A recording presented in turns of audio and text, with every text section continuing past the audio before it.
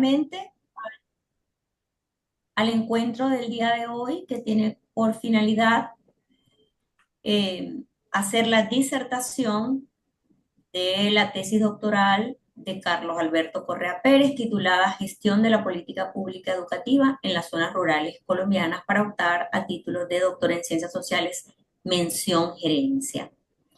Carlos, tienes 45 minutos para hacer tu presentación.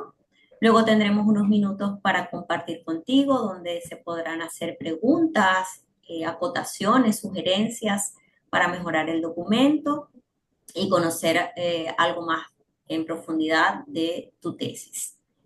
Una vez que hayamos pasado esa etapa, se te va a pedir que salgas del chat para poder hacer el veredicto y posteriormente te invitaremos a volver a la sala. Eh, puedes iniciar entonces tu presentación. Bueno, muy buenos días. Primero, darle gracias a Dios por permitirnos compartir este espacio, a la doctora Yasmín, a la doctora Gwendolyn, por acompañarnos y sobre todo a usted, doctora Morela, por todo el apoyo que nos prestó durante todo este proceso. Voy a presentar mi tesis doctoral, Gestión de la Política Pública Educativa en las Zonas Rurales Colombianas.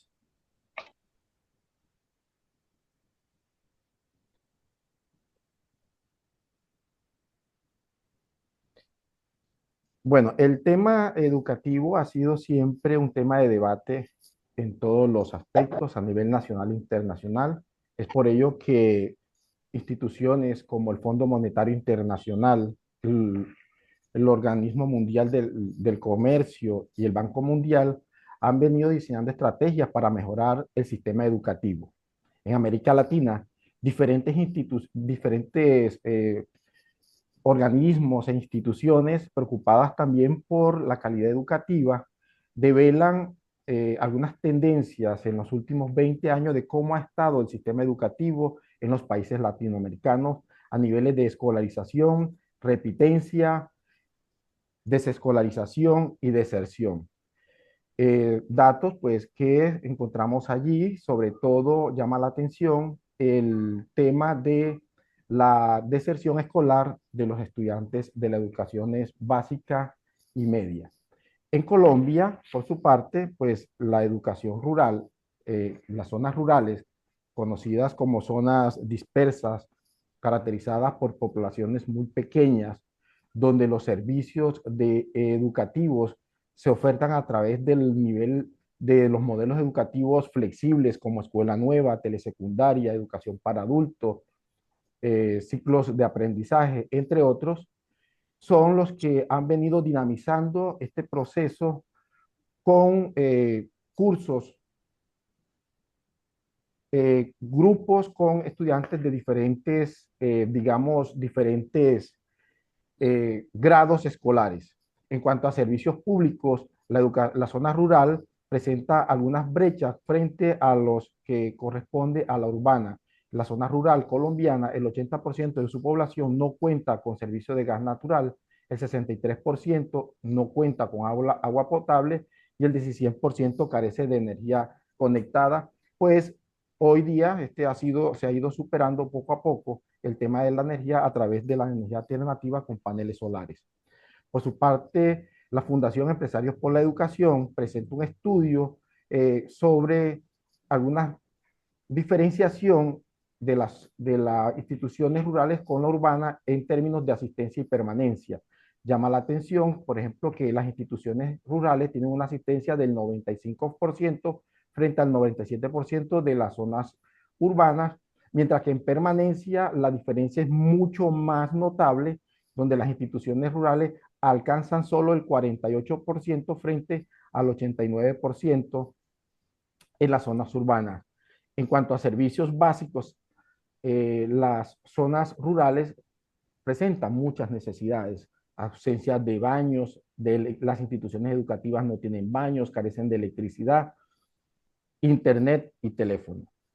Santa Marta, de acuerdo al Instituto Geográfico Agustín Codazzi, Santa Marta, el 90% de la población o de su extensión es rural, consideradas como zonas vulnerables, zonas azotadas por la violencia, con presencia de grupos paramilitares, guerrillas, desplazamientos forzados.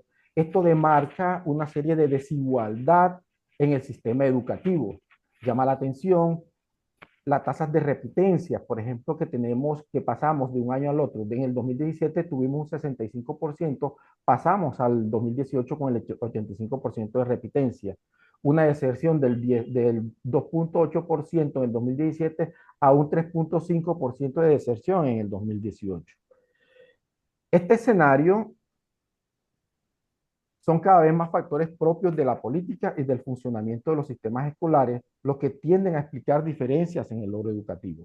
Por eso, con esta investigación, nos propusimos explicar la gestión de la política pública educativa en las zonas rurales colombianas. Para ello, nos planteamos los siguientes objetivos.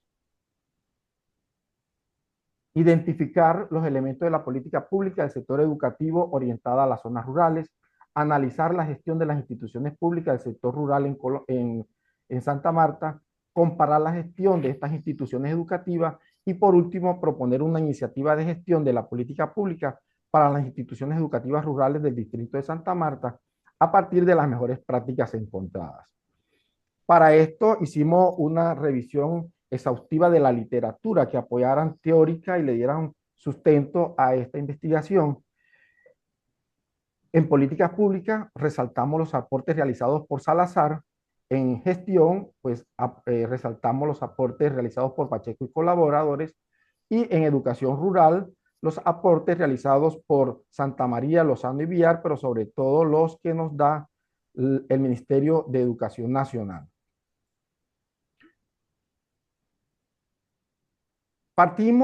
En el sistema de relaciones partimos desde una definición nominal de nuestra variable, que es la gestión de la política pública educativa rural.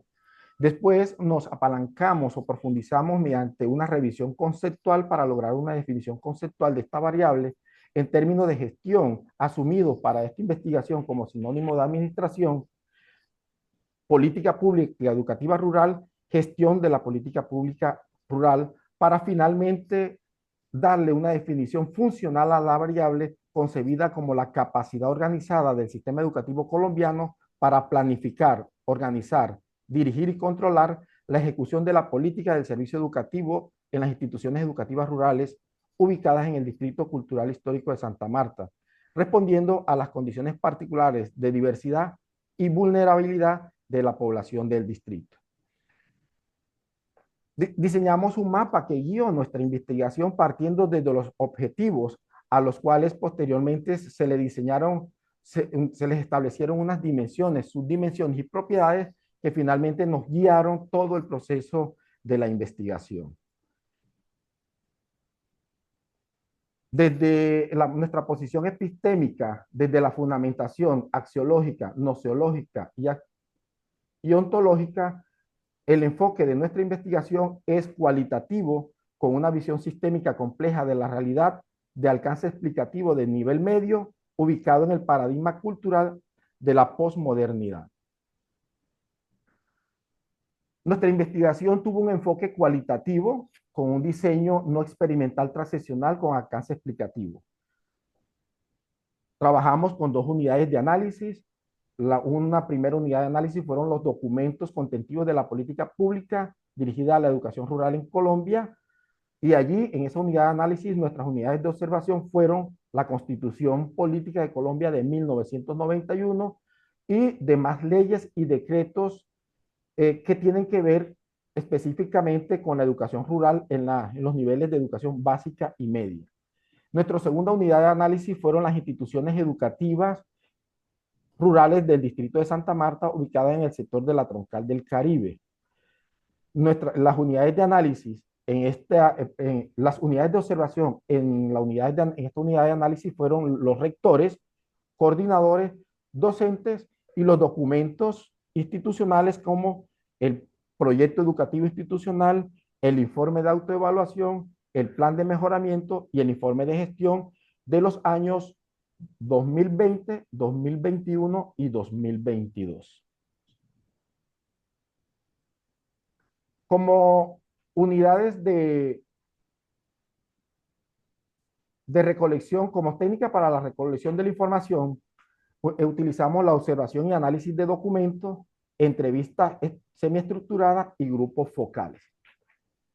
En la zona donde hicimos la investigación, hay 7 instituciones educativas que ofertan educación rural, pero para seleccionar la muestra o la unidad de observación, las unidades de análisis, perdón, aplicamos criterios incluyentes y excluyentes. Dentro de estos criterios se trabajó de que el investigador no fuera o no hiciera parte de la planta docente o directiva de esa institución, que estas instituciones ofertaran los niveles completos de transición básica primaria, básica secundaria y media, y que tuvieran un número de estudiantes mayor a 500. Aplicando estos criterios de inclusión, quedaron entonces como unidades de análisis las instituciones Intercultural Nueva Colombia, Técnica Huachaca, Julio José Ceballos y Palominito. En resumen, de las 7 trabajamos con estas 4. En las unidades de observación dentro de las instituciones educativas, trabajamos con los rectores, 1 por institución, fueron 4, coordinadores, 1 por institución, y con los docentes. El número de docentes, como podemos observar, es bastante elevado, por lo tanto, decidimos trabajar los grupos focales aplicando también unos criterios de inclusión y exclusión, dentro de los que nombramos, por ejemplo, que el docente que haga parte del grupo focal tenía que estar nombrado en propiedad o en provisionalidad, que tuviera más de 5 años de laborar dentro de la institución educativa y que en el momento de la recolección de la información no tuviera alguna condición especial como permiso o incapacidad. Para el procesamiento de la información, para el procesamiento de los datos, seguimos todos los lineamientos y la estructura definida por Martínez dentro de las etapas y procesos como categorización, estructuración, contrastación y teorización. En los resultados, voy a irlos presentando por objetivos. Entonces, el objetivo 1, que era el de identificar los elementos de la política pública educativa orientada a las zonas rurales, iniciamos con la revisión de todo el articulado de la Constitución Política de 1991, tratando de identificar en él cuáles los elementos de la política pública.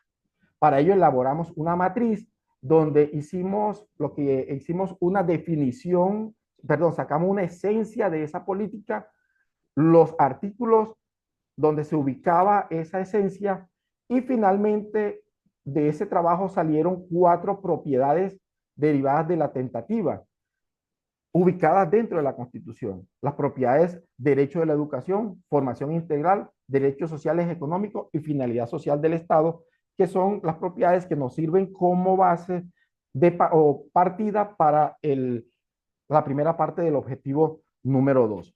Posteriormente, hicimos una observación documental de todas las normas, leyes, decretos en educación referente a la educación rural. Cuando elaboramos una matriz donde ubicamos la propiedad derivada que viene desde la Constitución y el articulado de cada una de estas normas que tiene que ver con la propiedad identificada en la Constitución. Al hacer este ejercicio pudimos observar que había una 5ª propiedad que no estaba revelada o develada en la Constitución, pero que la podíamos encontrar dentro del marco normativo, y a esta la llamamos talento humano. Más adelante se hizo una última revisión y encontramos unas similitudes entre algunas de estas propiedades derivadas de estas 5. Por ejemplo, la propiedad derecho de la educación, derechos sociales y económicos y finalidad social del Estado fueron integradas, fusionadas, y de ellos quedaron 3: derecho a la educación y finalidad social del Estado, formación integral y talento humano, que finalmente son las 3 propiedades con las que vamos a trabajar en la primera parte del objetivo 2. como quiera que eso se iba a convertir en ese insumo de trabajo, se le hizo una definición y se le colocaron o se le asignaron unos indicadores que nos servían de partida para la dimensión sociopolítica en el análisis de la gestión de la política pública. En este sentido, partimos el objetivo 2, que lo hemos dividido o está estructurado en dos dimensiones, la dimensión sociopolítica y la dimensión administrativa. En la dimensión sociopolítica, para esta dimensión revisamos o nos centramos en revisar los documentos de las instituciones educativas, el proyecto educativo institucional, el informe de autoevaluación institucional, los planes de mejoramiento, los informes de gestión de estos 3 años, 2020, 2021 y 2022, con los siguientes resultados. Obviamente, pues aplicando o mirando la develación de los indicadores, resultados del objetivo 1 en estos documentos. Encontramos, por ejemplo, en Derecho a la Educación y Finalidad Social del Estado, que el Estado colombiano brinda las garantías para el acceso de toda la población al sistema educativo. Sin embargo, las capacidades instaladas de las instituciones educativas no se adecúan a las poblaciones y al entorno.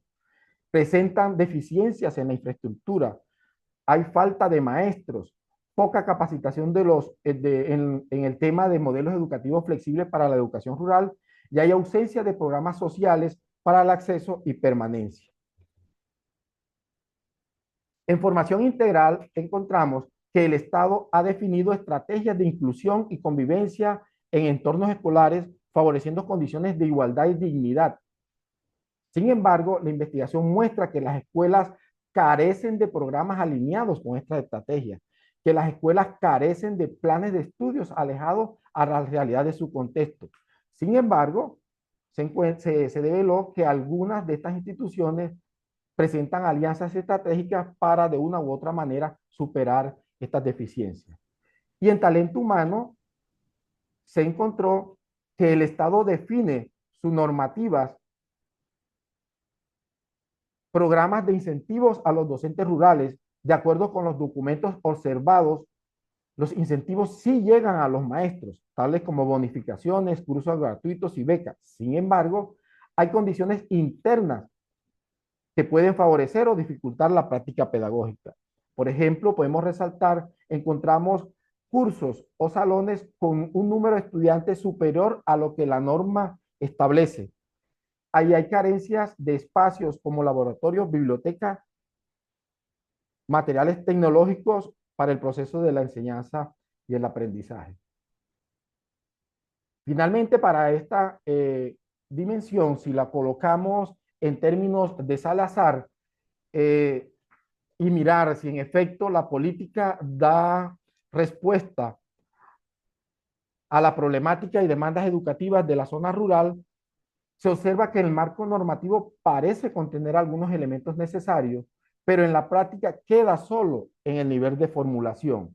En concreto, para cerrar la dimensión sociopolítica, no se da respuestas a las necesidades educativas de la comunidad de la zona rural en las dimensiones y alcance esperado, tanto para la política, por la política formulada como por la ejecución o gestión de la misma.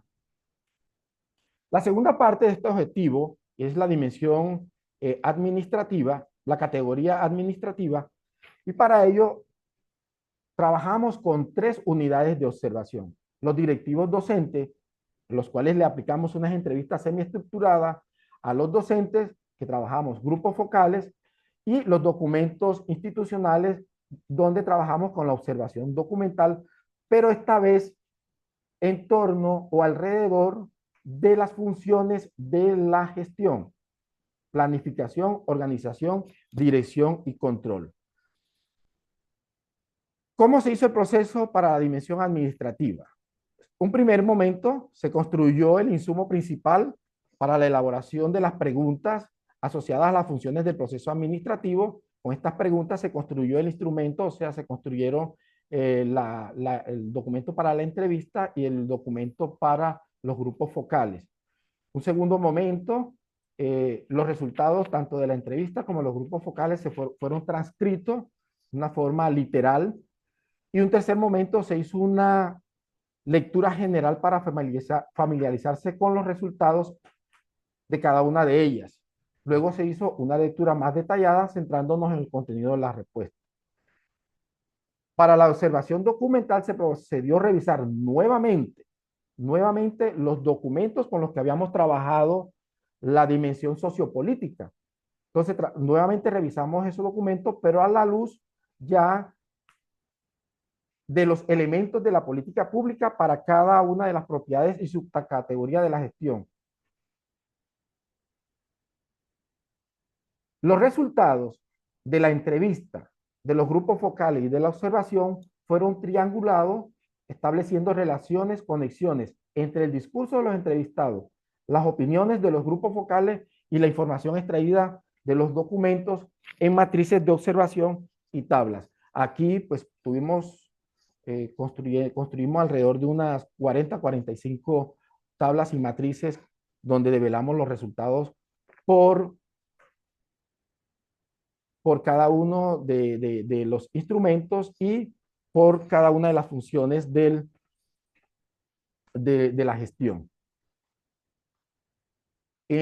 Como resultado de esta, mostramos una síntesis de los hallazgos para las funciones de la gestión, pero esta síntesis la marcamos como tendencia considerando los resultados de la triangulación. Podemos decir entonces, por ejemplo, que la planificación en la IE de Huachaca es estructurada pero desconocida por la comunidad educativa. La planificación en la institución Julio José Ceballos es estructurada y es de total conocimiento de sus docentes y directivos. La planificación en la IE de Nueva Colombia se queda únicamente en lo formal, no evidencia elementos que pudieran marcar una ruta clara que sirva para la actuación. Y en la IE de Palominito, la planificación está debidamente estructurada y es de total conocimiento de sus docentes y sus directivos. Para la función de organización, Huachaca no responde esta no responde a las necesidades de la implementación de la política pública. En la institución Julio José Ceballos responde con algunas deficiencias a las necesidades de la implementación de la política pública. Y de Nueva Colombia no responde a las necesidades de la implementación de la política pública y en Palominito responde a las necesidades para la implementación de la política pública. La función la función dirección, Huachaca es una de las instituciones que contiene más fortaleza en este aspecto, con un liderazgo gerencial y excelentes canales de comunicación. Aquí pareciera que fuera contradictorio con el tema de la planificación, donde decimos de que la planificación no es conocida por la comunidad, pero acá, teniendo en cuenta los resultados y las manifestaciones de ellos en los instrumentos aplicados, es que, por ejemplo, hay comunicaciones en otro tipo de elementos, de actividades, pero específicamente aquí en la planificación está esa deficiencia. Dirección en la institución Julio José Ceballos es débil, no hay un liderazgo de altos niveles de dirección, hay mucha delegación de responsabilidades con procesos estancados en la fase de planeación. Para la ley de Nueva Colombia, la dirección es débil, marcada por un liderazgo de distribución del poder entre los líderes y los miembros de comités. La ley de Palominito es débil, no hay un liderazgo asumido desde los directivos. Por el contrario, se delegan responsabilidades claves para el logro de las metas. En las funciones de control, la IE de Huachaca presenta ausencia de control interno y externo, sin medidas correctivas que garanticen el logro de los objetivos planes diseñados. Julio José Ceballos, hay ausencia de control interno y externo, sin embargo, adoptan algunos planes correctivos y de contingencia. La IE de Nueva Colombia no ejerce un control efectivo ni interno ni externo, aunque se llevan registros de mediciones y comparaciones de logros y metas, no se diseñan medidas correctivas. Y la IE de Palominito el control se ejerce de manera efectiva en los procesos internos, pero no se recibe control externo. Para cerrar, bueno, partiendo de esta síntesis, procedemos a identificar las mejores prácticas y pasamos al tercer objetivo, que es a comparar la gestión en estas instituciones educativas, como les decía, para identificar las mejores prácticas. Allí encontramos lo siguiente. En la función de planificación, las instituciones Huachaca, Julio José Ceballos y Palominito tienen objetivos estructurados, planes y documentos que explican cómo se implementan los modelos educativos flexibles y son de total conocimiento de la comunidad educativa a excepción de Huachaca. Sin embargo, Julio José Ceballos y Palominito cuentan con las mejores prácticas en esta función de gestión, en esta función de la gestión para la estructuración y socialización de objetivos y planes y diseñan estrategias para alcanzar dichos objetivos. En la función de organización, ninguna de las instituciones cuentan con un departamento o coordinación académica que centralicen actividades especializadas orientadas a la implementación de modelos educativos flexibles. La institución educativa Palominito, desde la función de la organización, es la que presenta mejor gestión, dado que responde a las necesidades para la implementación, centralización en la toma de decisiones, autonomía en nivel operativo, cadena de mando definida, normas y políticas establecidas, planes y programas diseñados y socializados. Sin embargo, es pertinente fortalecer la determinación de la unidad académica que responda a estas áreas, que responda por estas áreas. En la función de dirección, la institución educativa de Huachaca ejerce un liderazgo gerencial que brinda confianza a los docentes. Huachaca y Palominito cuentan con estrategias más formales de comunicación, siendo dinámica, fluida y bidireccional. Para esta función, la IED Huachaca es la que tiene notables fortalezas en la propiedad de dirección en términos de liderazgo gerencial, programas de incentivos, reconocimiento a los docentes, usos de medios de comunicación formales y efectivos que permiten coordinar acciones con respecto al proceso académico u otras de interés común. Y para la función del control, solo la IED Julio José Ceballos se evidencia la existencia de algunos planes correctivos y de contingencia. Sin embargo, para la IED Palominito se ejerce un control de manera efectiva en los procesos internos propios. Igualmente, registros de mediciones y comparaciones de logros y metas cuentan con planes de contingencia para cuando no se alcancen las metas planificadas y planes correctivos para mejorar el cumplimiento del objetivo. Ninguna de las instituciones educativas recibe asistencia técnica o visita de control por parte de las autoridades en educación del distrito o de la nación. El análisis comparativo lo presentamos de la siguiente manera. Las instituciones educativas distrital Palominito desarrolla las mejores prácticas en los procesos de planificación, organización y control. Las instituciones educativas distrital de Huachaca presentan las mejores prácticas en dirección, en la práctica de liderazgo gerencial, trabajo en equipo y el desarrollo de canales de comunicación que fortalecen la gestión de los procesos académicos en el modelo educativo flexible Escuela Nueva. La institución educativa Julio José Ceballos se destaca en mejores prácticas de gestión en planificación, referente a la estructuración y socialización de objetivos, planes, diseño de estrategias que alcanzan los objetivos. La institución educativa distrital intercultural Nueva Colombia es la que está más de un modelo en una fase más inicial de los procesos de la gestión, lo que implica el diseño de un plan estratégico con retos y oportunidades de mejora. En todas estas instituciones hay muchas similitudes en cuanto a las debilidades generales, necesidades, dificultades, incluso externas que topean la gestión. Se existen en ellas muchas deficiencias en las funciones de gestión de políticas públicas educativas para su contexto, sobre todo en las funciones de dirección y control. En el análisis comparativo se observan acciones y procedimientos en las 4 funciones del proceso administrativo que se destacan de manera positiva, considerando buenas prácticas con posibilidades de potenciar y replicar. Por lo anterior, se hace necesario definir desde una propuesta de iniciativa de gestión los elementos que fortalezcan la implementación del modelo educativo flexible, considerando las mejores prácticas, y es allí donde pues nosotros como parte del objetivo número 4 nos diseñamos esta propuesta de iniciativa de gestión que tiene como objetivo ofrecer a los directivos de las instituciones educativas ubicadas en las zonas rurales una guía para la gestión de la política pública orientada a dichas instituciones, apalancada en las cuatro funciones del proceso administrativo. Pero para presentar esta propuesta y para que ésta sea viable, consideramos necesario que se deben tener en cuenta previamente unas premisas que permitan hacer posible y efectiva la propuesta que presentamos. Esas premisas están representadas en que debe haber un compromiso de los actores involucrados en la puesta en práctica de la política pública educativa en las zonas rurales. Debe haber un establecimiento de comunicaciones claras y permanentes con los entes rectores de la educación a nivel provincial.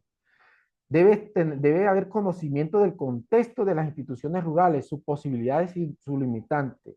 La reflexión permanente de los entes rectores de la educación sobre dirección escolar es necesaria. Y la articulación de las instituciones con las entidades gubernamentales y no gubernamentales con presencia en la zona de influencia es de suma importancia. La propuesta, pues, es la siguiente.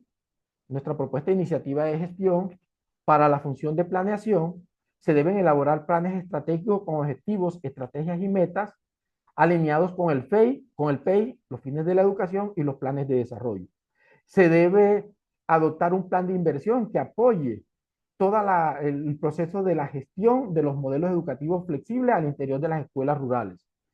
Se debe tener en cuenta la operacionalización del plan estratégico con recursos propios u otras fuentes de financiación mediante el establecimiento de alianzas. Se debe desarrollar un plan de comunicación que contengan jornadas pedagógicas, folletos, boletines, el diseño de una página web. Y se debe adoptar un sistema de observación y monitoreo permanente de todos los procesos. Proponemos para la función de organización el establecimiento de una unidad académica que responda por todo el desarrollo del modelo educativo flexible. Se debe determinar la cadena de mando colaborativa, flexible y descentralizada. Se debe desarrollar y adoptar un manual de procedimientos. Se deben desarrollar programas de apropiación de las tecnologías de la información y la documentación. Se debe diseñar un plan de articulación de los modelos educativos flexibles con el modelo educativo tradicional y se deben desarrollar jornadas extracurriculares como ferias pedagógicas. Nuestra propuesta de iniciativa de gestión para la función de dirección contempla la inclusión de permanente actualización de los docentes y directivos docentes en modelos educativos flexibles, la oferta de espacios de capacitación, inducción y formación, la inclusión y adopción de un sistema de gestión de calidad, el fomento de la cultura de liderazgo, el fomento de iniciativas de reconocimientos y incentivos y estímulos institucionales. Se hace necesario fortalecer y certificar canales de comunicación eficaz y se hace necesario desarrollar alianzas estratégicas y redes de colaboración. Para la iniciativa de gestión, para la función de control, declara primero que debe haber un plan, se debe diseñar un plan de gestión para la adecuación de la planta física, la inclusión de indicadores de desempeño, el diseño de métodos de comparación de logros con las metas, el diseño de un plan de medidas correctivas, el diseño y la apropiación de mecanismos de control en el número de estudiantes por docentes en el aula de clase y el diseño de estrategias de control en el número de horas que el docente dedica a la actividad académica. Como conclusiones, primero, en el marco normativo, el Estado, este marco normativo devela que el Estado cierra o quiere cerrar esa brecha educativa entre lo urbano y lo rural, pero el distrito no muestra resultados que indiquen mejores sostenidas. En el marco normativo parece contener elementos necesarios, pero en la práctica queda a nivel de formulación debido a múltiples factores que inciden en su implementación. Al interior de las instituciones educativas, la gestión presenta serias debilidades en las cuatro funciones del proceso administrativo que repercute en el alcance de los objetivos planteados en la política pública. En conclusión, no se da respuestas a las necesidades educativas de las comunidades de la zona rural en las dimensiones y alcances esperados, tanto por la política formulada como de la gestión de la misma. Se requiere entonces el establecimiento de una relación sistémica entre las autoridades de línea media representadas en las secretarías de educación y las del nivel operativo representadas en las escuelas, en donde se determinen acciones coordinadas para el direccionamiento y el sostenimiento, tanto desde el punto de vista financiero y de soporte humano, como el establecimiento de medidas de control para buscar el mejoramiento de resultados globales en las escuelas, como para dar finalmente respuestas concretas para las comunidades aledañas a las instituciones educativas en particular y y al país y a la comunidad colombiana en general.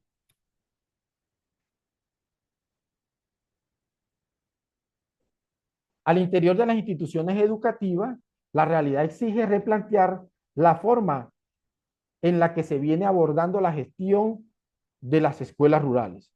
La investigación planteó una iniciativa de gestión que define elementos que fortalecen la implementación del modelo educativo flexible Escuela Nueva, considerando las mejores prácticas encontradas. Finalmente, se busca ofrecer a los directivos de las instituciones educativas rurales una guía de la gestión de la política pública apalancada en las 4 funciones del proceso administrativo con consideración del entorno. Y este es un aporte, pues ya final, no todo está dicho, ya que la educación es un tema inagotable, se requiere mayor atención para poco a poco ir cerrando estas brechas existentes, atendiendo a las necesidades y a las complejidades de las instituciones ubicadas en las zonas rurales colombianas, los cambios que el entorno da y que afectan de manera continua el proceso. Para ello se propone que hayan unas nuevas indagaciones que continúen el camino andado hasta ahora. Nos gustaría más adelante hacer parte de pronto de esas investigaciones aplicadas a otras regiones de Colombia, ya, y hacer después allí cómo, qué aportamos desde estos resultados al mejoramiento de la calidad educativa en nuestra zona rural que tanto lo necesita. Muchas gracias.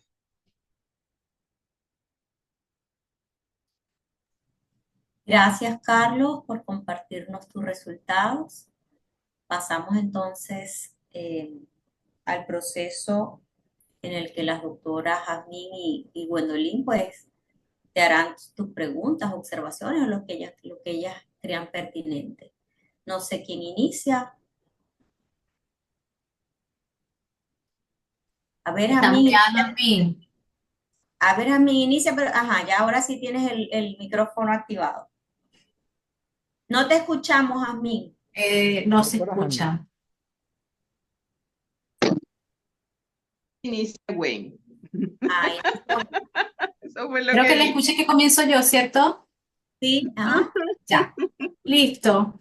Bueno, primeramente felicitar a Carlos Correa, Morela Pereira por este trabajo tan interesante, tan pertinente, como lo es la educación rural, justamente en una zona, tal como señalaba Carlos en su presentación del problema, con una alta vulnerabilidad. Por lo tanto, esto justifica con creces esta investigación y todas las propuestas que puedan atender esa problemática. Además, una problemática de múltiples aristas, dadas las características muy particulares de esa zona, que más allá de las propuestas de gestión estructuradas, con modelos, indicadores, implica también abarcarlo con una perspectiva sistémica, compleja, de diferentes actores con diferentes situaciones, con diferentes características que hacen mucho más compleja la viabilidad de muchas de estas propuestas. Así que en ese sentido puedo resaltar esa mirada que ustedes fueron dando en a lo largo del planteamiento del problema de las diferentes aristas que tiene esta problemática. También, en líneas generales, me gustó mucho el tratamiento de la información. Es decir, yo siento que desde el punto de vista de la triangulación que se hizo con los resultados, la información que se presentó, hay un nivel de detalle importante respecto a diferentes herramientas como las entrevistas, los grupos focales, los diferentes actores que participaron como participantes, en este caso como personas que ofrecieron información respecto a cómo veían la gestión. Me parece que es una fortaleza de este trabajo y que me quería resaltar. Ahora tengo un par de preguntas, Carlos, me gustaría que nos detuviéramos porque, bueno, por temas de contenido de lectura y de una presentación que además tuvo un buen manejo del tiempo, me parece que se hizo énfasis en lo que era más importante, que era el tema de los resultados, que es el grueso de la investigación, sobre todo porque ya habíamos escuchado en una oportunidad anterior lo que era el proyecto. Me gustó mucho el manejo del tiempo, me gustó también mucho la presentación, el diseño que utilizaron para la información me pareció adecuado, tanto en el trabajo escrito como en la presentación oral. Eso ayuda mucho porque sobre todo hay buena cantidad de información que se está manejando, entonces el poder observar estas gráficas, estas figuras que utilizaron fueron bastante orientadoras. Me gustaría detenerme en el objetivo 1, ¿sí? Con respecto a que ustedes hicieron una identificación de unas propiedades según el modelo que están utilizando, iniciando por supuesto en la Carta Magna y todo un marco normativo que se utilizó. De hecho, hicieron una tabla, más bien más bien un cuadro, bastante, en el que se puede apreciar bastante bien todo el proceso de revisión que se realizó. Me llama la atención de manera natural, porque soy profesora de recursos humanos, cómo llegaron en la identificación de la propiedad de talento humano, dado que entendí que no era una propiedad que estaba inicialmente incorporada al estudio, que emergió. Me gustaría que nos contaran un poco cómo se desarrolló ese proceso, cómo llegaron a esta propiedad, de dónde surge. Y también noté que luego se hace una presentación gráfica a la altura de la página 120, 121 del trabajo, donde se presentan estas propiedades con una serie de indicadores y subindicadores. Sin embargo, quizás no sé si no quedó lo suficientemente clara o yo no entendí lo suficientemente bien, y eso igual llama la atención porque es importante para tomarlo en cuenta. Recordemos que esto lo va a leer cualquier cantidad de personas en el futuro. ¿De dónde surgieron estos subindicadores y estos indicadores? Es decir, porque yo podría entender que surgieron de la revisión normativa, pero me llama la atención que son indicadores bastante concretos. Entonces, pareciera que la fuente es otra y eso no me queda claro. O sea, aprovechemos este espacio para que nos comentes de dónde surgen estos indicadores, estos subindicadores respecto al objetivo 1. Me es mucho más claro el objetivo 2 porque ya estamos hablando de revisión de informes de gestión y demás, y allí por razones naturales nosotros trabajamos con indicadores porque estamos midiendo resultados. Pero me quedó allí la duda con respecto al objetivo 1 y de dónde surge esta información. Tengo una segunda interrogante, pero vayamos con la primera. Bueno, mi doctora, muchas gracias. Y bueno, nos vamos aquí. ¿De dónde surge la talento humano? Esta propiedad surge cuando empezamos a revisar ya la normativa, como por ejemplo esta que está acá, que es el decreto 3020, ya donde habla, por ejemplo, de que los maestros no deben tener, hay una media nacional. O sea, cuántos estudiantes debe tener, por ejemplo, un maestro en la zona rural y un maestro en la zona urbana? El maestro de Yo las... no, Sí, no, Carlos, a ver, Carlos, No, no, o sea, quiero... O hay sea, de repente problemas de conexión con Carlos. sí. ¿Estás sí, allí, Carlos? sí, No aquí puedo estoy. No, escucharte. Aquí estoy. ¿Me escucha? ¿Me ven? ¿Tienes problema interno? allá en Colombia estaban teniendo, De pronto, si él quita la imagen del video, de pronto le exige menos velocidad de conexión, y si deja de compartir, no lo sé, podría quita la ayudar. imagen, ajá, y Ya, explícanos. ¿ahí me escucha? Ahí te Sí, escuchamos. Me escucha. Ok, bueno, sí, sí, mi doctora Morelos, usted tiene razón. Tenemos en Colombia problema de conectividad últimamente, más aquí en Santa Marta. Pero bueno, explico. Esta propiedad de talento humano, pues la encontramos cuando estamos revisando decretos como el 3020, donde se especifican que los docentes ubicados en las zonas rurales deben tener un número máximo de estudiantes por salones. Y vemos, por ejemplo, la norma dice que deben tener 22 estudiantes máximos por salones y encontramos en estas instituciones que tienen aulas con más de 30 y 40 estudiantes. Y otro indicador allí es que, por ejemplo, la norma estipula una serie de incentivos al talento humano por estar ubicado en la zona rural.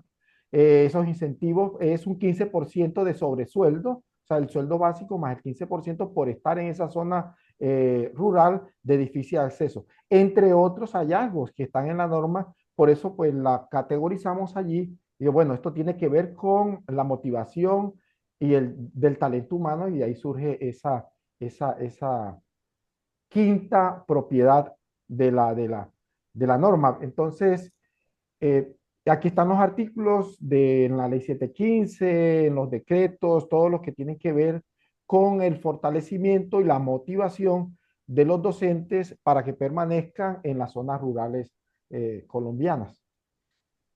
Yo quisiera agregar ahí, Sí, mi Carlos, doctora. ¿no? Que Sí, mi doctora. justamente Sí. por ser la Constitución el marco general, no hay especificidad de ese elemento que luego cuando bajas a las leyes y a los decretos ya se comienza a hablar de esos actores que son fundamentales dentro de lo que es la educación, en este caso el talento humano, es decir, las personas encarnadas en los maestros, que son los que ejecutan esa política pública dentro de lo que es el final de la cadena. Entonces ahí es cuando aparece ese otro elemento que Carlos me dice, doctora, me está apareciendo esto en las distintas leyes y creo que hay que incorporarla. Y efectivamente, porque es un actor crucial dentro de lo que es la ejecución de la política pública, digamos, en esas zonas rurales, y que hay unas condiciones que se deben dar también para esos actores, más allá de la infraestructura o de lo que es el modelo educativo. Ellos son los que lo van a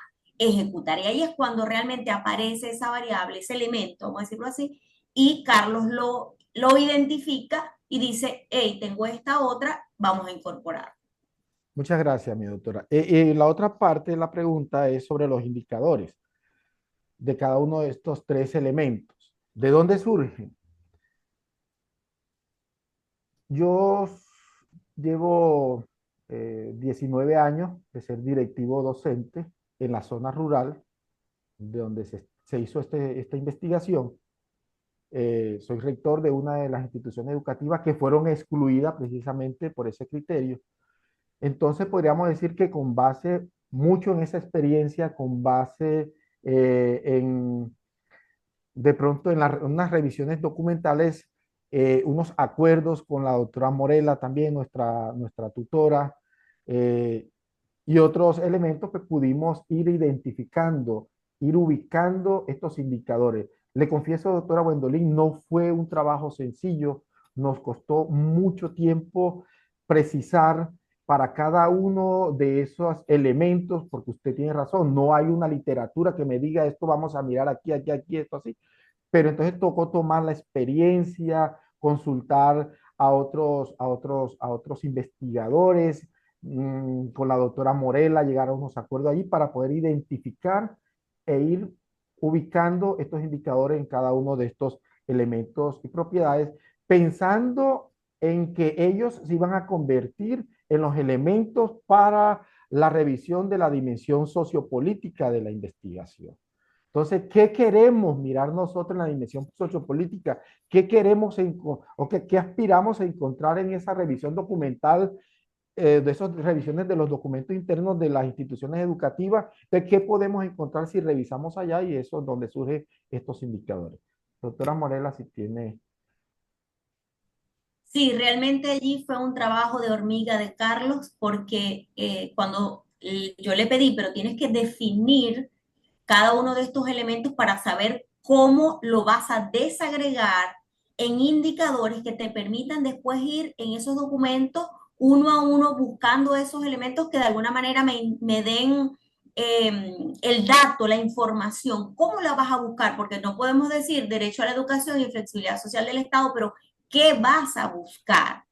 Entonces, a partir de allí comenzó ese trabajo de Carlos de construir en primer lugar, unos subindicadores y luego unos indicadores, es decir, ir de eso general a lo particular. Obviamente sirvió mucho toda esa experiencia que Carlos tiene en el área. Me dice, bueno, doctora, esto lo voy a medir yo con esto, o sea, ¿cómo lo voy a visualizar en el documento? Lo voy a verificar con esto. Luego, un poco decir, pero cupos anuales, pero ¿cómo lo vas a ver? Ah, bueno, el número de cupos. Entonces le fuimos dando como cada vez más especificidad, pero es una construcción propia a partir de la definición del elemento, sumado a la experiencia de Carlos, al conocimiento del área de cómo podíamos de alguna manera hablar de medir, de qué es lo que voy a buscar en el documento, que era la tarea grande que tenía para la primera parte del objetivo 2. Y de allí hizo él esa desagregación tan menuda que obviamente le pasó factura en el número de matrices que elaboró posteriormente, Sí, sí. que realmente fue un trabajo muy, muy detallado, muy exhaustivo. Sí, mira, a mí me llamó mucho la atención porque inclusive yo siento que ustedes superaron lo que se habían propuesto inicialmente con este objetivo. Entonces eso, o sea, me parece muy bueno en el sentido de que uno intenta de que estos trabajos sean útiles, de que la experiencia de Carlos, bueno, qué decir, indiscutible, pero me genera inquietud porque siento que es más allá de lo que se debió haber hecho con este objetivo. Entonces, miren, yo lo que les puedo recomendar en este caso es que si bien el objetivo es identificar los elementos, sus propiedades, se haga una explicación, porque se dice, bueno, se establecieron los siguientes indicadores y subindicadores. Yo dije, ¿what? ¿De dónde surgió esto? ¿Qué pasó aquí? Que es un poco siempre lo que hemos conversado, hay que ir orientando al lector, ¿no? ¿De Ujú. dónde viene esto y por qué? Me parece muy sumamente útil y práctico. Yo diría que es un manual de herramientas maravilloso, incluso que, insisto, supera lo que se había propuesto con este objetivo inicialmente. Sí, Entonces allí, bueno, luego escucharemos la visión de Jazmín a ver qué opina al respecto. Y lo otro que les quería también comentar con respecto a lo del talento humano, volviendo a ese tema, es que me llama mucho la atención también, bueno, por razones naturales que me interesan estos temas, y sobre todo porque son temas que van surgiendo, y es algo un poco lo que ocurre en Chile también, que van surgiendo producto de lo que son las planificaciones y las estrategias, es decir, siempre hay como una tendencia en este tipo de modelos a tratar el perfil del docente. A veces, en unos casos más enfocados en lo que es las estrategias y cómo podemos hacer un perfil de docente con más calidad, por ejemplo. En algunos casos, como es el caso de Chile, se ha hecho mucho énfasis en lo que es el liderazgo, cómo hacemos mejores gestores. Es decir, cada una de las diferentes herramientas que van surgiendo en los modelos de gestión te van llevando hacia ciertas orientaciones de tratar de fortalecer el perfil del docente. Entonces, me llama también la atención que no aparezca digamos, en el documento madre, pero que luego se identifica como una necesidad y es justamente el descubrimiento que ustedes hacen. Me parece muy, muy pertinente que ustedes hayan incluido este elemento que fue emergiendo en el desarrollo de la investigación y que él en el camino se dio cuenta que era necesario, pues, que el profesor tuviera capacitaciones y tuviera reforzamiento permanente. No están inventando el agua tibia, pero es importante que lo tomen en consideración para efectos de lo que es la planificación y el desarrollo de acciones. Ya, y luego, ya con esto voy cerrando, el segundo comentario que le quiero hacer es respecto a la propuesta. Hay unos lineamientos que a mi modo de ver son genéricos, se entiende porque hay una diversidad de actores y situaciones que manejar. Y te quería preguntar, Carlos, en función de estos lineamientos que ustedes están proponiendo para mejorar la gestión, que intentan básicamente, aquí tomé nota, la articulación, el compromiso y la inclusión como tres bases que sustentan este modelo. ¿Qué crees tú de todos estos lineamientos que ustedes recomiendan? ¿Qué sería como lo más potente, como lo más integrador para hacer justamente que se logre aquello que aún queda en deuda desde las instituciones educativas? Y sobre todo, ¿cómo hacemos para que se pueda articular, que existan acciones coordinadas, que se eviten estos divorcios entre los diferentes actores? Bueno, ¿me escuchan allí? ¿Sí? Ok. Bueno, la pregunta es cómo hacemos para que esto se dinamice, ¿cierto? ¿Qué crees tú de de tu modelo, de tu propuesta Sí, que sea como lo más potente y lo más articulador para que esto se logre?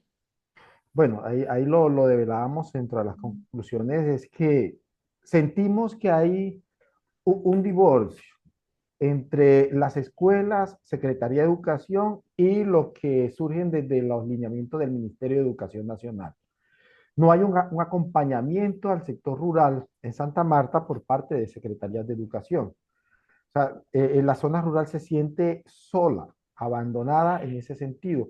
Y cada directivo docente, cada rector hace lo que él considera que es fundamental para su escuela. Entonces, es principal, es fundamental que haya un programa de articulación directa entre las escuelas y Secretaría de Educación, que haya un acompañamiento permanente, que haya un proceso de control permanente, que haya un proceso de acompañamiento en el desarrollo de las dinámicas de las mismas escuelas.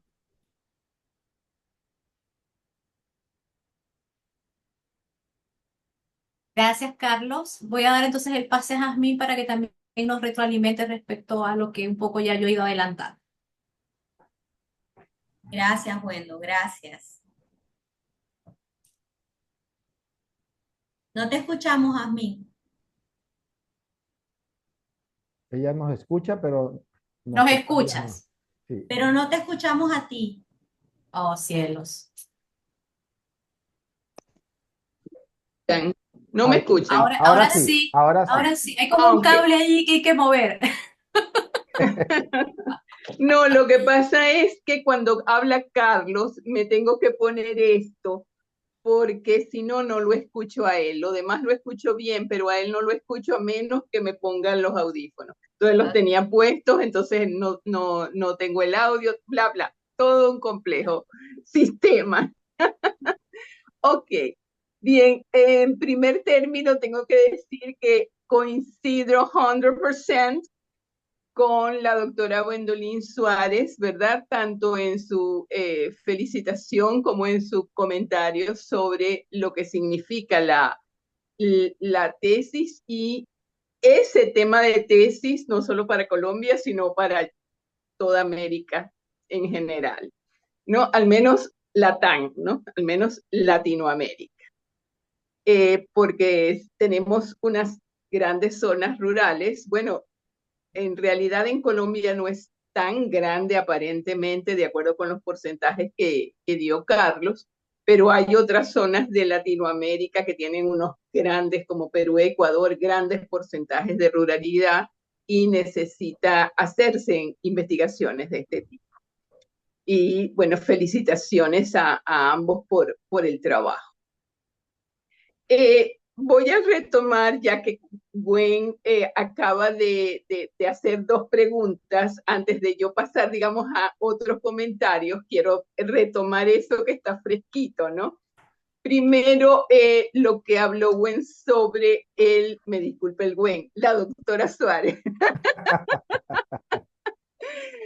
sobre el objetivo 1, ¿no? Y el asunto de los indicadores. Coincido en que es necesario, o sea, mi comentario aquí decía, comentar de dónde salieron los indicadores, era lo que yo había puesto, ¿no? Porque sí, queda esto. El asunto es que uno no debe dejar cosas en el aire.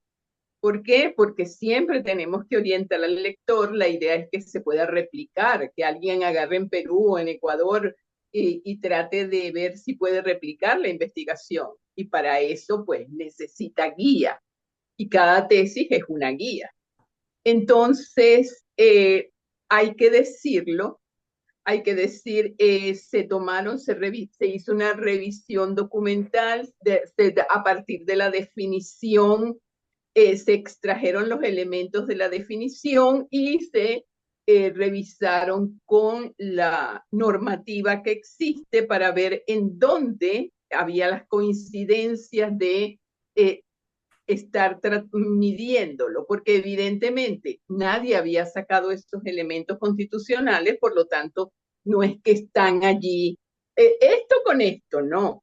Pero si yo reviso la idea legislador, ¿verdad? De esa esencia, de ese elemento que se extrajo y reviso la normativa, pues voy a encontrar cómo en esa normativa lo están midiendo o están controlando. Por otro lado, si se usó lo que llamamos, ¿cuál es el nombre? Un criterio experto, ¿no? Que fue el caso particular de tuyo específicamente. Tú en este momento actuaste, es como si te hubieran hecho una entrevista como criterio experto. Entonces también hay que decirlo que en este caso el investigador forma parte de esta comunidad, puesto que dirige una organización similar, por lo tanto, se tomó la información que podía proveer a partir de la ejecución, digamos, o el liderazgo que realiza en su organización. No hay que dejarle a la imaginación al lector, hay que decírselo. Entonces me parece muy buena idea que se añada un comentario allí de donde salen los indicadores. Es importante. Lo otro que estaba comentando Gwen y relacionado con la respuesta de Carlos, ¿verdad? Justamente Carlos está hablando de que hay una gran discrecionalidad y que la dirección o la ejecución de la política se ejerce de manera discrecional en cada institución, pues dependiendo de quién la dirige y de la visión que tiene la persona que la dirige. Entonces, justamente por eso yo extraño y me parece importante incluir eso como parte de la propuesta. Extraño, hay unas propuestas en las cuales pues la carga de la prueba, por decirlo en términos legales, está solo en las escuelas. ¿Qué tienen que hacer las escuelas para mejorar? ¿Qué tienen que hacer el rector? ¿Qué tienen que hacer en planificación, en organización, en todo su proceso? Está bien, pero no deberíamos hablar también en las propuestas de qué tiene que hacer el Estado, porque el Estado está fallando. No es posible que en ninguna de las escuelas hay visitas, hay control, hay monitoreo por parte del Estado. O sea, que los deja a la buena de Dios. Ahí tienes el dinero y a ver qué haces, ¿no? Y entonces después me mandas mi informe cuando me toca y el informe lo meto en una biblioteca y ni lo veo. Entonces, yo creo que tenemos que darle un llamado de atención a las secretarías de educación y decirle, hey, por supuesto, de la mejor manera posible, pero decir una propuesta para la Secretaría de Educación es que, de acuerdo con en primer término, se cumpla con la legislación tal y tal y tal que implican auditorías anuales, monitoreos semestrales, bla, bla, bla, bla. Luego que se cumpla con tal, tal, tal. Y luego, bueno, que se establezca digamos que esa relación, ¿no? Entre la escuela, el tal, o se efectúe una coordinación, o se cree una coordinación, o X, Y, Z. O sea, en las conclusiones, al inicio está, en las premisas está, pero no está como una propuesta a la Secretaría. Es como si lo estuviéramos tratando con guantes de seda. No le voy a decir a la Secretaría que está haciendo mal las cosas. No creo, y creo que una tesis tiene que decir, mira, aquí necesitamos algo más. Entonces, bueno, en ese sentido y debido justamente con respecto al comentario que hizo Gwen y a la respuesta que le dio Carlos sobre la gran discrecionalidad que hay, creo que amerita que allí pues se incluya una propuesta para la Secretaría, además de la propuesta para las instituciones. Es mi percepción individual, ¿no?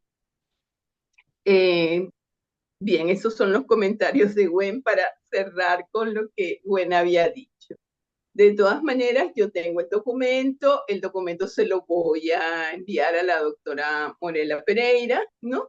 Para que ella lo revise mis comentarios y tome lo que le parece válido y lo ajuste.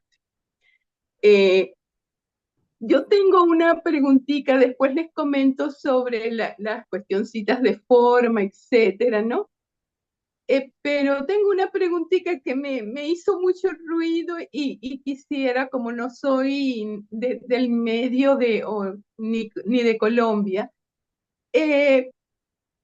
reiteradamente se dice en cada uno de los colegios, de los 35, 20 tienen educación de tercer nivel, de los tantos, 18, de los 36, 18 tienen educación de tercer nivel. Entonces yo me pregunté, ¿cuál es la educación que normalmente debe tener un maestro? Si solamente son universitarios 18, los otros 18, ¿qué son? O sea, es una pregunta que tenía. Ok. En en el ingreso al sistema educativo como maestro hay, ¿cómo le llamemos? Bueno, voy a usar el término, pero no sé si sea el correcto, la categorización. Tenemos maestros normalistas, que son los maestros que son como bachilleres pedagógicos, ¿ya? Y eso están en un nivel de escalafón el más bajo. Siguen los maestros licenciados, que es bueno, el maestro normalista viene siendo el del primer nivel. Maestros licenciados, que es el maestro que estudió para ser profesor de matemática, de educación física, de química, dependiendo de un área específica. Y hay maestros que tienen unos estudios de maestría y doctorado. Entonces ya es el maestro que está en el nivel del escalafón más alto en Colombia. Y así, de acuerdo a esos niveles de formación, es el salario que se devenga como maestro en Colombia. O sea, el salario más bajo lo tienen los maestros normalistas, los maestros licenciados o profesionales, porque desde hace unos 4 años para acá ya no se necesita ser licenciado para ser maestro, basta con que tenga una formación, un título profesional afín al área que aspira. Por ejemplo, si vas a ser maestro de matemática, podemos incluir dentro de la nómina un ingeniero. Ese tiene un otro salario, que es un salario medio, y ya el maestro que tiene alta titulación, maestría y doctorado, es el maestro que tiene un tercer nivel de formación y es el que tiene los salarios más altos en el sistema educativo colombiano. No le escuchamos, no le escuchamos, tienes que quitar el... Bueno, Ahora entonces, sí. como lo entendemos acá, el tercer nivel de educación es que es licenciado. Bueno, aquí el licenciado es el de El segundo nivel. cuarto nivel es maestría, ¿verdad? Y Ujú. el quinto nivel es doctorado. Ah, Entonces, por eso me queda la duda.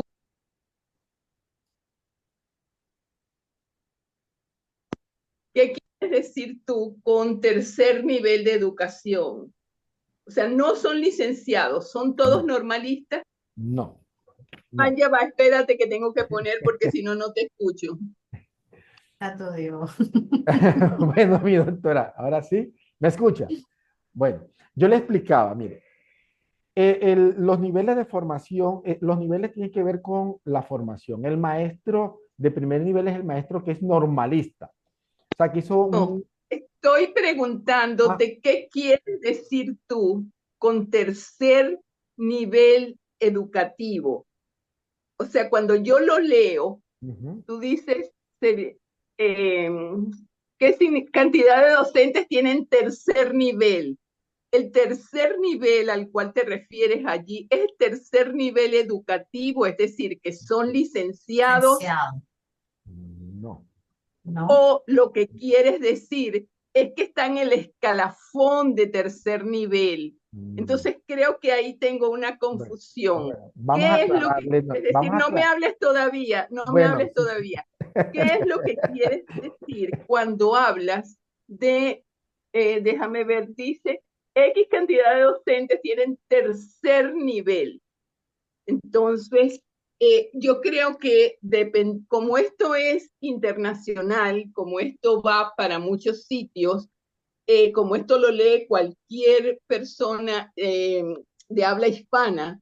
Entonces necesitamos que ese tercer nivel esté claro qué significa, porque lo leí a lo largo de cada uno de los colegios Sí, y así es. entonces dije, bueno, solo la mitad, ¿qué significa? Lo demás son bachilleres, porque tercer nivel educativo es ser licenciado. Ok. Entonces, por eso pregunto. Bueno, mi doctora, el tercer nivel en Colombia hace referencia a estudios posgraduales, ¿ya? Son a los maestros que tienen, además de ser licenciado o profesional en un área afín, tienen formación en maestría y doctorado. Entonces, hay un primer nivel que son los maestros bachilleres pedagógicos, un segundo nivel que son los maestros licenciados o profesionales en cualquier otra área, y hay un tercer nivel que son los maestros que tienen altas titulaciones en maestría y o doctorado. Entonces, en ese sentido, necesito que por favor aclares eso, Muy porque bien. eso es muy, o sea, tú no estás hablando del nivel educativo, que fue lo que yo entendí. Yo Yo también. entendí nivel educativo, Ujú. ¿no? Tú estás hablando es de el escalafón que tienen internamente en Colombia. Podrían Entonces, hacernos imagínate, yo también. estaba pensando que nada más la mitad, cuando decía 36, 18, son de tercer nivel, yo digo, y entonces los demás que son bachilleres pedagógicos. Y no, resulta que 18 son, tienen maestría, tienen lo que nosotros llamamos educativamente cuarto nivel, ¿no? Correcto, así Entonces, es. eso es confuso. Entonces, por favor, creo necesario dar una explicación allí previamente Ok, cuando se hable de eso, o decir que es el tercer nivel dentro del escalafón, lo cual quiere decir que tienen estudios de cuarto nivel. O ok, sea, muy bien. ¿entiendes? Porque Sí, sí, ahí está la la confusión. confusión. Bien, por eso tenía esa pregunta y la otra pregunta de los indicadores. Y lo que había comentado, en realidad, Gwendolyn y yo coincidimos bastante en los comentarios. Tengo otro comentario que, que emerge de mi análisis que yo hice cuando leí el documento de ustedes dos, y es que tú hablas de liderazgo débil. En la parte de dirección hablas del liderazgo débil, pero cuando hablas del liderazgo débil, dices que hay delegación de responsabilidades, no sé qué, y de acuerdo con eh, pues la teoría, por ejemplo, del liderazgo participativo, ¿verdad? Se delegan responsabilidades y cuando uno lo ve integralmente, de hecho, las cuatro instituciones eh, aparentemente más bien pareciera que la primera, Huachaca, lo que tiene es un liderazgo autocrático y las otras tienen un liderazgo más participativo. Y de hecho, Palomino, cuando uno hace un análisis integral de las cuatro instituciones, Palomino tiene una buena estructura de planificación y es compartida y conocida por todo el personal. Eso me habla de liderazgo. Tiene una organización y una buena estructura, ¿verdad? En la cual hay coordinación y comunicación. Eso me habla de un buen liderazgo. Y es la única que básicamente tiene controles efectivos. Eso me habla de liderazgo. Entonces tú después vienes y dices que no, que tiene un liderazgo débil porque delegan responsabilidades. No me hables, que tengo que conectarte porque es que tienes la voz muy bajita y no te escucho. Los demás los escucho, pero a ti no. Entonces, yo pienso que eso de lejos de ser una debilidad en una organización, es una fortaleza tener esto de dirigente. ¿Por qué? Porque lo ayuda a cumplir los objetivos. Ese señor hace que todos vayan caminando con él. A mí me parece que de las cuatro instituciones, Palominito, que es aparentemente la que está más lejana, ¿no? Ujú, De así es. acuerdo con lo que comentaste, es la que mejor funciona. Me imagino que la pobre está tan solita por allá que se volvieron totalmente autosuficientes. Pero entonces, ese tratamiento de que es débil porque delega responsabilidades, no sé hasta qué punto, porque cuando uno ve los elementos de, por ejemplo, de un liderazgo participativo, uno de los elementos básicos es delegar responsabilidades, porque cuando tú le delegas responsabilidades a un subordinado, ese individuo se siente parte del sistema, parte de los objetivos, se siente importante. Cuando tú le preguntas, cuando tú tomas las decisiones en consenso. Entonces, no sé, esa calificación de que es un liderazgo débil porque delega responsabilidades, porque no soy yo el que lo hace todo. Tal vez te invito a que reevalúes eso que definiste sobre sobre lo que será. ¿Me escucha, mi doctora? Sí, señora. Asumimos la recomendación que sabiamente nos hace. En efecto, lo asumimos así, el liderazgo débil, únicamente bajo esa condición del delegar demasiado las responsabilidades que le deben ser propias de soporte del directivo docente. Pero entonces vamos a revisar esa parte, ¿yo? Vamos a revisar con la doctora Morela para pues, ajustar lo que se concierne allí. Sí, yo creo que allí, Tienes que ajustarlo, ¿no? Sino Sí. simplemente revisarlo, ¿no? No, Sí, hay porque acá. fíjense que incluso Carlos le dio un calificativo, que es delegar demasiado. Habría que revisar realmente de qué se Ajá, trata. ok. claro, claro, Ujú. es lo que le iba a decir. O sea, hay que revisar porque efectivamente cuando Carlos estaba haciendo la exposición, yo dije, eso ahí suena un poco contradictorio porque creo que eso no es lo que se quiso decir. Mm. Es decir, es cómo él vio esa dirección en términos de que no asume el papel que debe asumir como directivo de la institución. Pero te aseguro que vamos a revisar para que eso no dé lugar a dudas de lo que se encontró. Lo vamos a Claro. Sí, revisar. porque entonces tal vez la palabra delegar responsabilidades no sería lo más adecuado, sino que no ejerce el papel de rector y deja el trabajo a otros, Exacto, porque es diferente eso a delegar a delegar. responsabilidades. Es que es Delegar ahí, responsabilidades es un no, liderazgo participativo, pues. es que es eso. Le confieso es que hay compañeros en esas instituciones que todo quiere que lo hagan los coordinadores o los directores de áreas, ¿de acuerdo? Entonces ellos no quieren asumir el papel como líder de esa institución educativa. Pero bueno, eso lo vamos a ajustar, mi doctora. Hay que revisar el Claro, término que se usó. claro que sí, es un término que nos ajuste mucho más. Ujú. Porque yo lo vi, por ejemplo, viendo integralmente a Palominito, no recuerdo el nombre Palominito, específico, Palominito. palominito, Sí. sí, señora. Eh, y lo bien que funciona, o sea, es el que mejor funciona.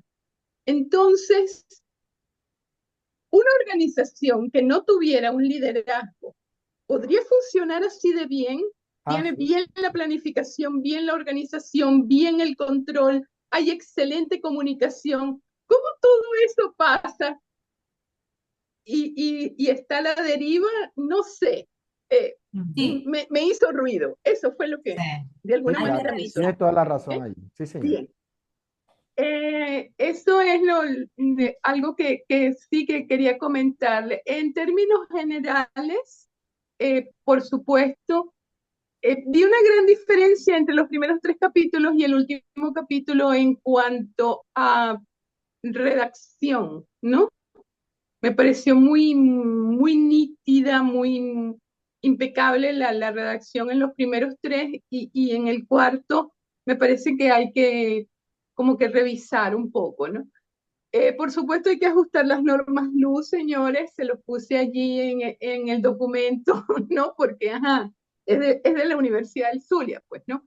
Ajustar los párrafos que están demasiado largos y no solamente porque en lo que es investigación científica los párrafos no son entre 8 y 12 líneas, sino porque hay una tendencia mundial a hacer los párrafos más cortos para hacerlos más digeribles al lector, ¿no? Incluso en la investigación científica. Entonces, bueno, te invito a que acortes, esos párrafos muy largos los dividas en 2 o en 3, etcétera, ¿no? Y en la parte de, finalmente, para ya callarme, ¿no? Los lineamientos metodológicos hablan de criterios de inclusión y de exclusión. Yo quería comentarte que los criterios de inclusión, valga la redundancia, incluyen los de exclusión. Entonces, no usamos criterios de exclusión porque no, cuando hacemos la muestra no excluimos a nadie, sino que incluimos dependiendo de una característica. Y cuando hablamos de incluir, ya estamos hablando de lo que no incluimos. Entonces no es necesario que coloques que usaste criterios de exclusión o que los comentes, Ok. porque ya están insertos en el criterio de inclusión, ¿no? O sea, es un pequeñito detalle, pero de todas maneras quería comentárselo. Por lo demás, estoy feliz de estar aquí y bueno, me parece que es un trabajo en el cual se pueden sacar muchísimos artículos muy interesantes que sean, por supuesto, particulares de cada una de las áreas que pueden ayudar muchísimo en lo que es el estudio de eso en distintos países de Latinoamérica que tienen grandes comunidades educativas rurales, ¿sí? La verdad, muchas gracias por la investigación. Muchas gracias a ustedes, mi Con doctora. esto termino. Gracias. Gracias, muchas gracias, Gwendolyn, muchas gracias, Jazmín, por sus observaciones para siempre a tono o en la línea de mejorar el documento. Eso haremos, tomaremos en cuenta cada una de sus observaciones para la entrega final. Está garantizado. Carlos, vamos a pedirte entonces aquí